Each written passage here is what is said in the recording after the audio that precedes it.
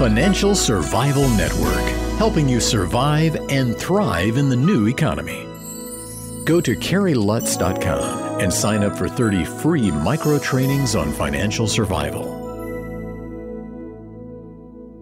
The show is brought to you by Miles Franklin. When it comes to protecting your wealth, you know there's nothing better than gold and silver. And when I want gold and silver, I go to Miles Franklin because they've been around 22 years, and when you buy, they ship. For more information, go to milesfranklin.com or call them at 800-822-8080 and get a free quote.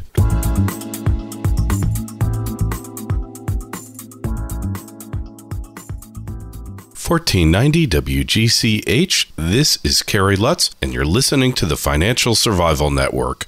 So, it's Silver Smashdown Wednesday. Chris, Duane, and I, if you'd been listening to us last week, you could see this coming a mile away.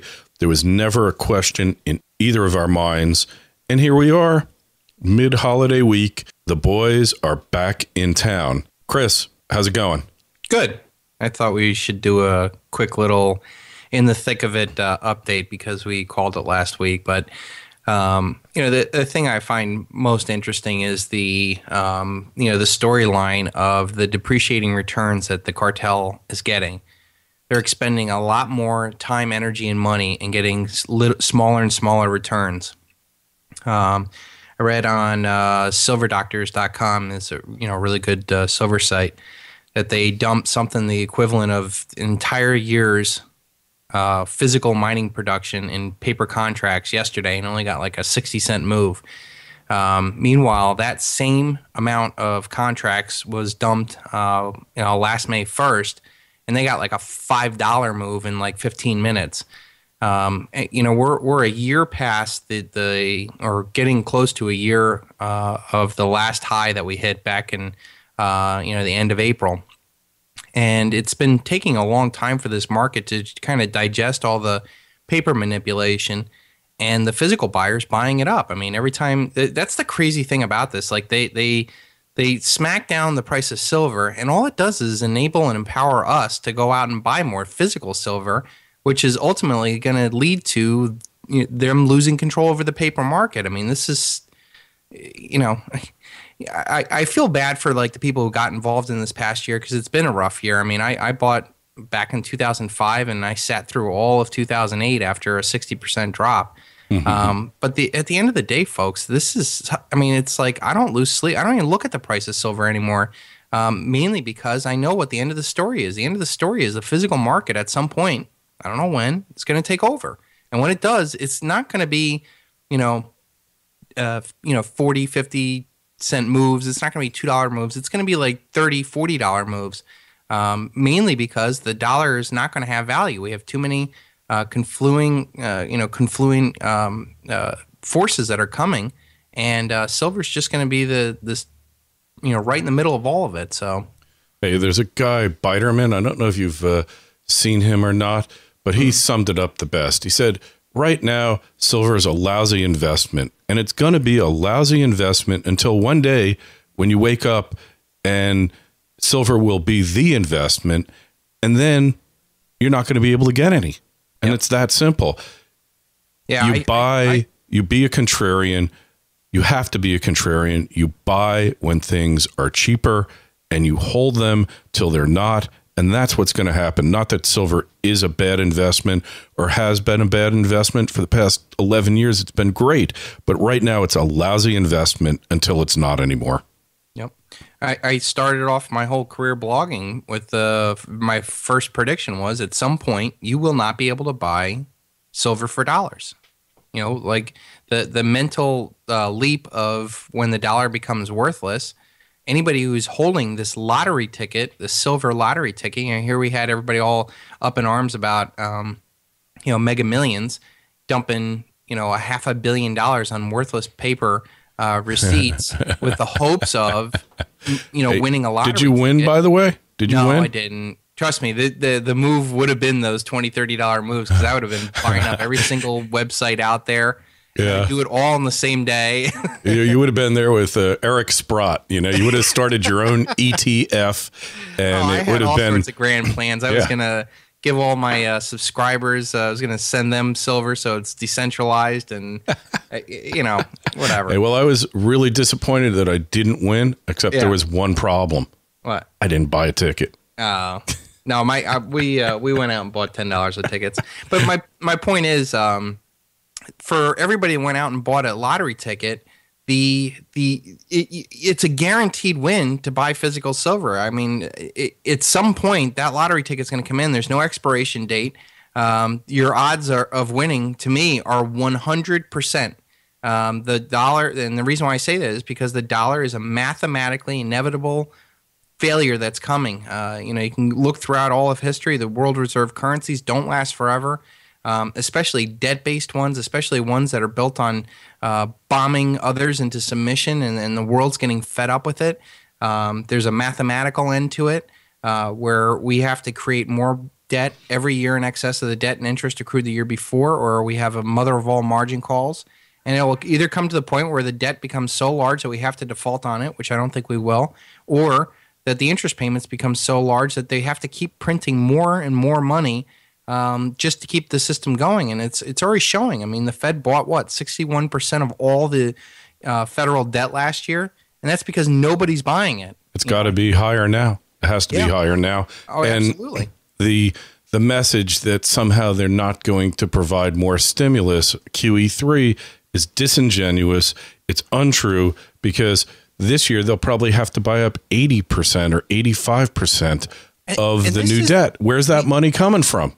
Yeah, and the scary thing is, this is while the economy stabilized. I guarantee you, Carrie, mark my words, the next Lehman type event, next Greek default type event, next thing for the whole markets to go, what's their response all the time? Trillions of dollars out of nowhere, instantly and overnight. What happens when and if we get involved with a war with Iran? Or Syria, or something that affects the oil markets? Their instant responses is always give the markets confidence, give them capital. All that's doing is providing again these depreciating returns. I remember reading long-term capital management when that went down. That was like, oh my God. Like, they had to call in all the heads of Wall Street into the New York Federal Reserve. They had to twist arms. The whole system was going to blow up unless they all came together and pitched in money and forgave each other and all that other stuff. That was it, okay? That was one hedge fund. Yeah. Then 2008 comes around. Lehman blows up. Same thing. Oh my God, the whole world's going to blow up unless we do this and they do that. And so what do? They get everybody to come in and they flood the world with more money.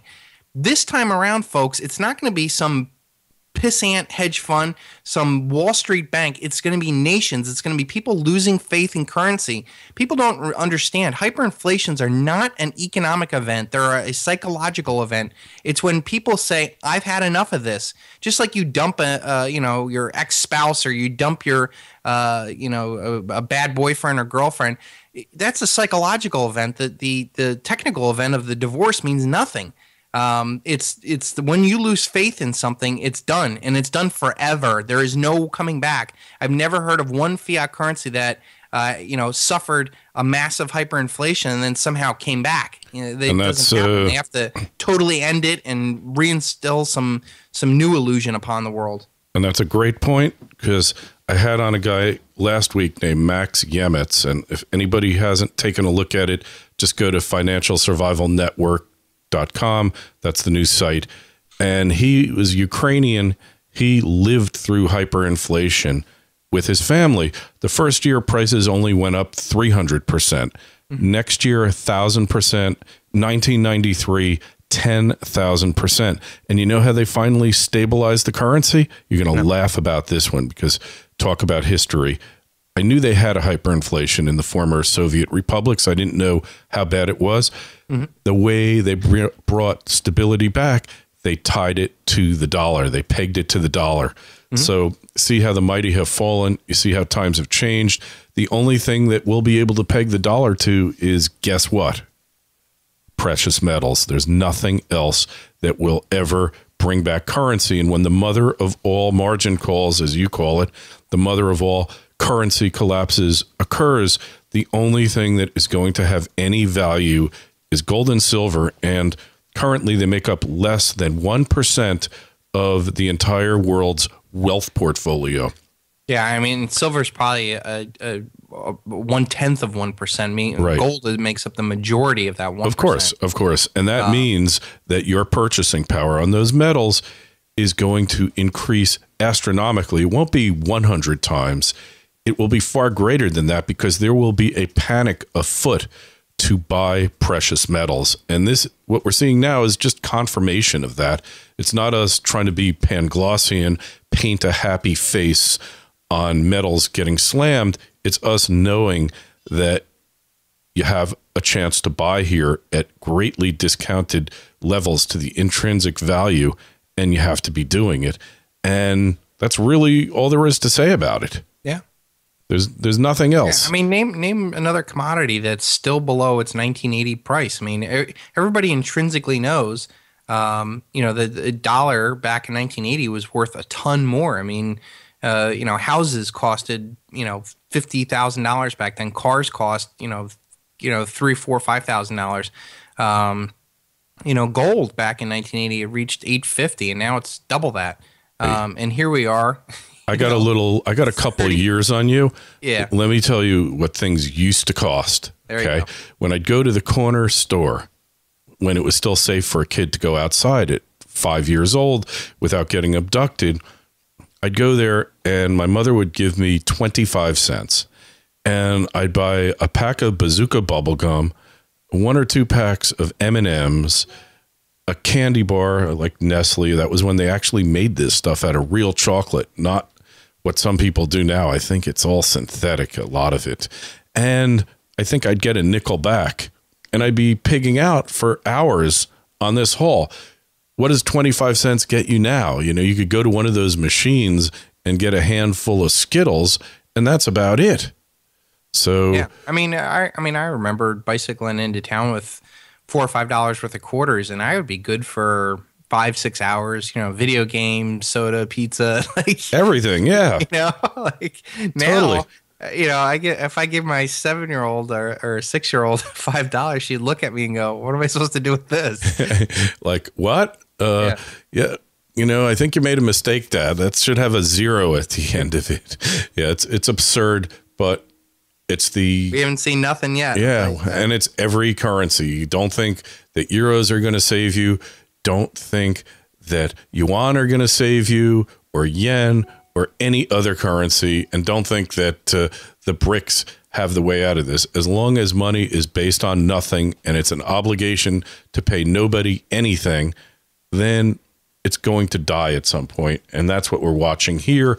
Tremendous volatility in every market because the fiat currencies of the world are in a death spiral. It's really that simple. So, Chris, again, if someone wants to learn more about the Sons of Liberty Academy and Don't Tread on Me, where do they find you? Don't-tread-on.me. We just passed 2 million views on our YouTube channel, Truth Never Told. Wow. We've been just lighting it up there. I mean, we've been, October? Let's see. I started the end of October, so November, December, January, February, March. So 5 months into this, and we're at 2 million views. And the crazy thing is, Kerry, we haven't had really any major, websites pick up our videos or, any major news media. I mean, this is all just organic. The guys that we talk to, SGT. Sure. Your site and all these other guys that are, kind of beating the drums to get this thing going. And, I'm very happy that these videos are resonating with people. That's fabulous. And also financialsurvivalnetwork.com will have this interview posted along with every interview I've done, as well as the latest breaking stories on the global financial scene, the economic scene, and the metal scene. So go to it, sign up for the Financial Survival Toolkit, get the newsletter, get informed, and start doing something with your money before it's too late. Take care, Chris. All right, take care, Kerry.